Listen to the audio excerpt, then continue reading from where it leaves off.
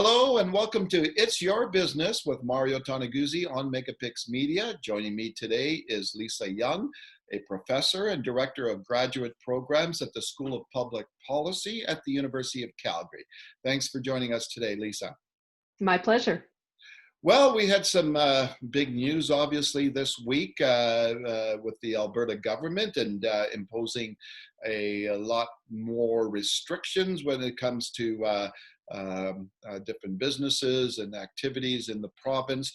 I'm just wondering, from your perspective, what you think the public opinion is on the current lockdown measures.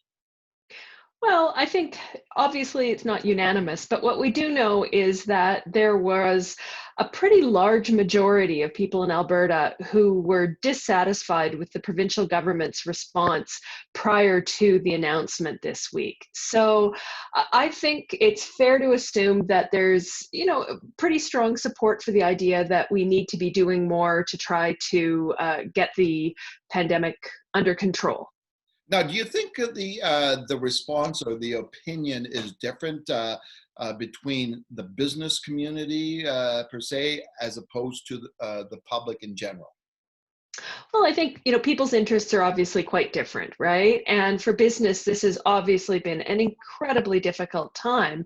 And with the holiday season here, obviously that's an important time for business. So I think, there's certainly a sense that businesses would have liked to have remained open. But, obviously these are difficult decisions that have to be made. And I wonder, and I don't know the answer to this, but I wonder to what extent people were, in a sense, voting with their feet and, not shopping in person, not going to restaurants. Yeah. Now, Alberta seems to be a bit of an outlier many times for in a lot of different ways. What is it in the fabric of our mentality, I guess, that you see opposition like this against stricter measures, or you see those anti-face mask rallies downtown? Well, I think we know that there's a streak of individualism and even libertarianism in the American or in the Albertan political culture. And so, there have been other measures like seatbelts that were a tough sell here a long time ago that people eventually became accustomed to.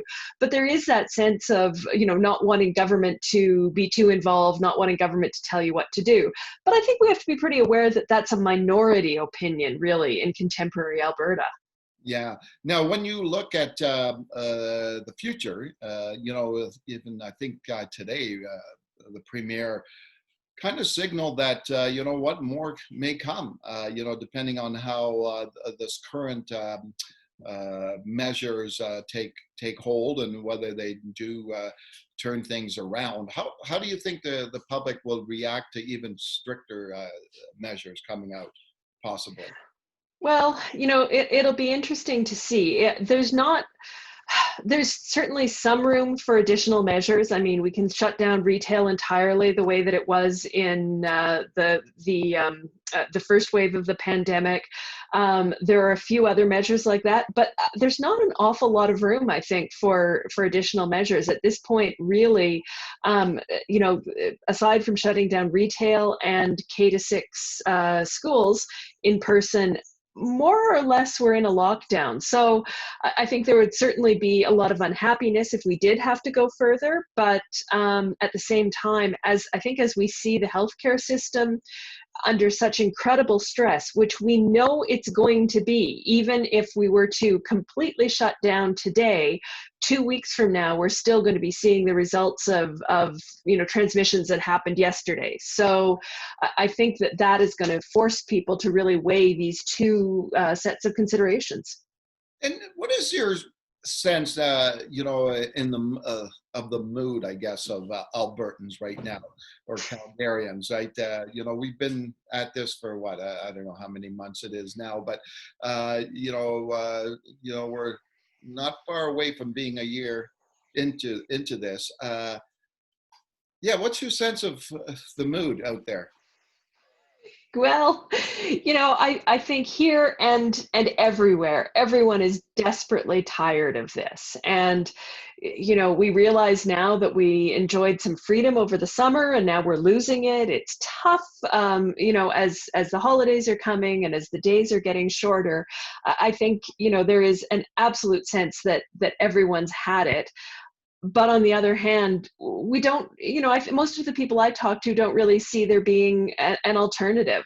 We can't pretend this isn't happening, and we certainly don't want, those frontline health workers to pay the price.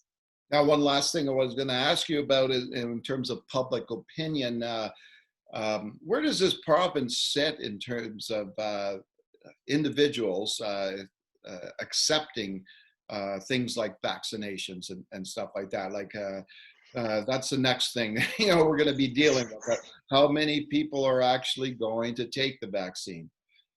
Yeah, well, when we look at the public opinion surveys about that, it's pretty clear that it's going to be a tougher thing to pull off in Alberta and Saskatchewan. That there is public opposition to the vaccine, or people who don't intend to take the vaccine.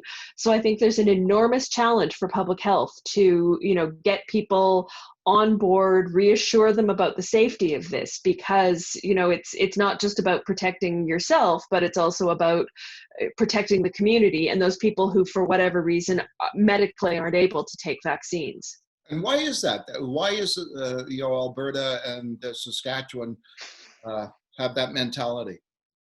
Well, we know that it correlates with small c conservative political attitudes, and those are more prevalent here.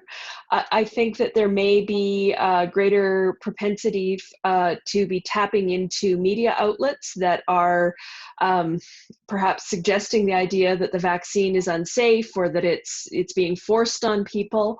We've got closer ties to some places in the United States where there is vaccine hesitancy, and frankly, some people I worry are, being exposed to misinformation, through their Facebook feeds or other sources of information. And, that's a real worry. Okay, I lied. I have one more question that you brought up. It's interesting, right? The divide, right, in the province, rural and urban. So, do you think then, in terms of public opinion, whether it's the measures themselves or whether it's taking a vaccine, do you think there is a divide there between rural and urban in this province? I don't want to overstate this. I think there's, people in cities who don't want to wear masks and aren't going to take vaccines, and there's lots of folks in rural Alberta who are, going to be lining up with the rest of us for vaccines. Yeah. I do think, though, to the extent that this has become politicized and polarized, there's an important role for the government of Alberta to play, the premier in particular, in getting the message out to his supporters, those folks in rural Alberta, that this is in fact their crisis, that they need that vaccine, and they will listen to him in a way that they won't listen to, people from central Canada necessarily. So this is a real leadership challenge for him. Okay, great. Well, thanks for joining us today. My pleasure. Okay, that was Lisa Young, who is a professor and director of graduate programs at the School of Public Policy at the University of Calgary. This has been It's Your Business with Mario Toneguzzi on Megapix Media. Thanks for joining us today.